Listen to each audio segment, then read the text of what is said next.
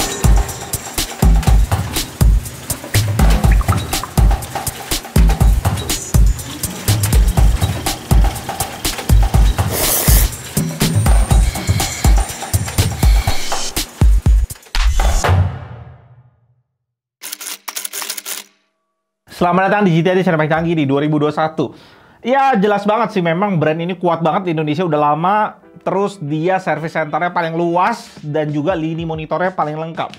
Dan LG itu satu-satunya brand yang berani masukin ultrawide dari seri yang paling bawah nih sampai yang paling atas. Dari 25 inch sampai 34 inch semuanya LG ada dengan berbagai spesifikasi ultrawide-nya. Tentunya di awal itu sebuah hal yang baik. Itu adalah sebuah hal yang baik untuk LG karena dia sendirian dan memang nggak ada brand yang bisa kita bandingin dengan LG. Brand lain nggak ada yang masukin ultrawide ke Indonesia kecuali Samsung dan Dell. Itu pun mereka masukin cuma seri-seri high-end-nya yang mereka sentuh. Itu di atas 8 jutaan ke atas lah. Semua berubah saat Xiaomi datang untuk ngacak-ngacak pasar ultrawide dengan keluarin 34 inch-nya yang luar biasa bagus dengan harga 5,5 juta non resmi di Indonesia. Walaupun harga realnya di China di 4,8 jutaan, bisa lebih murah kalau diskon. Tapi ya lu tahu sendiri lah ya kelakuan Xiaomi Indonesia kayak gimana.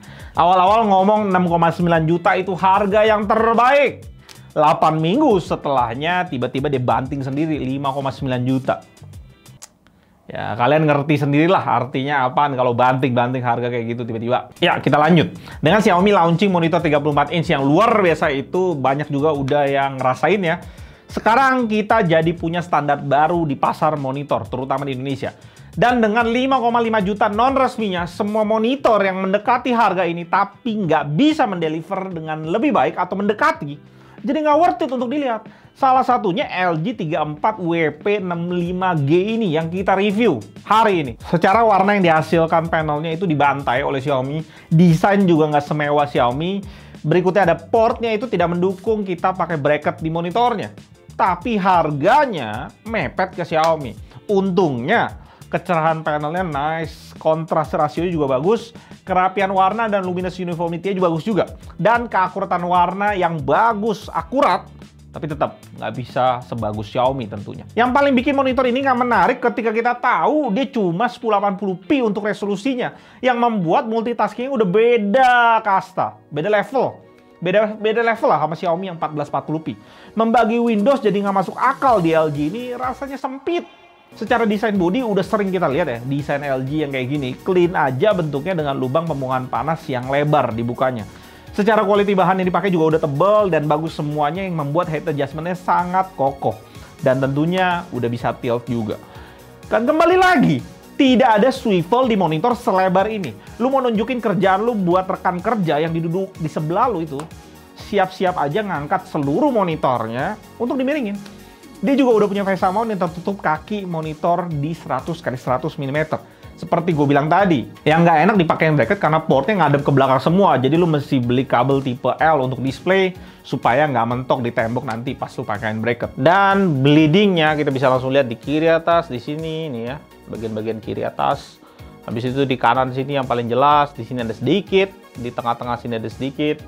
Dan ya seperti itu, monitor ini tidak lekang, tidak lepas dari yang namanya bleeding dan semuanya harus dengan hoki kalau lu mau dapetin yang nggak bleeding. Dan masalah berikutnya adalah dia kasih kita USB-C prematur.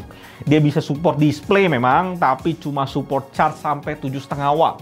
Untuk laptop-laptop zaman sekarang, kalau lu hubungin dengan monitor ini dan pakai secara intensif, baterainya tetap turun, nggak akan penuh-penuh.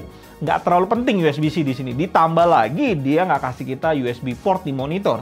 Yang sebenarnya itu udah pasangan sejoli ya, yang harus ada di sebuah monitor USB-C. Nggak boleh dipisahin itu untuk productivity.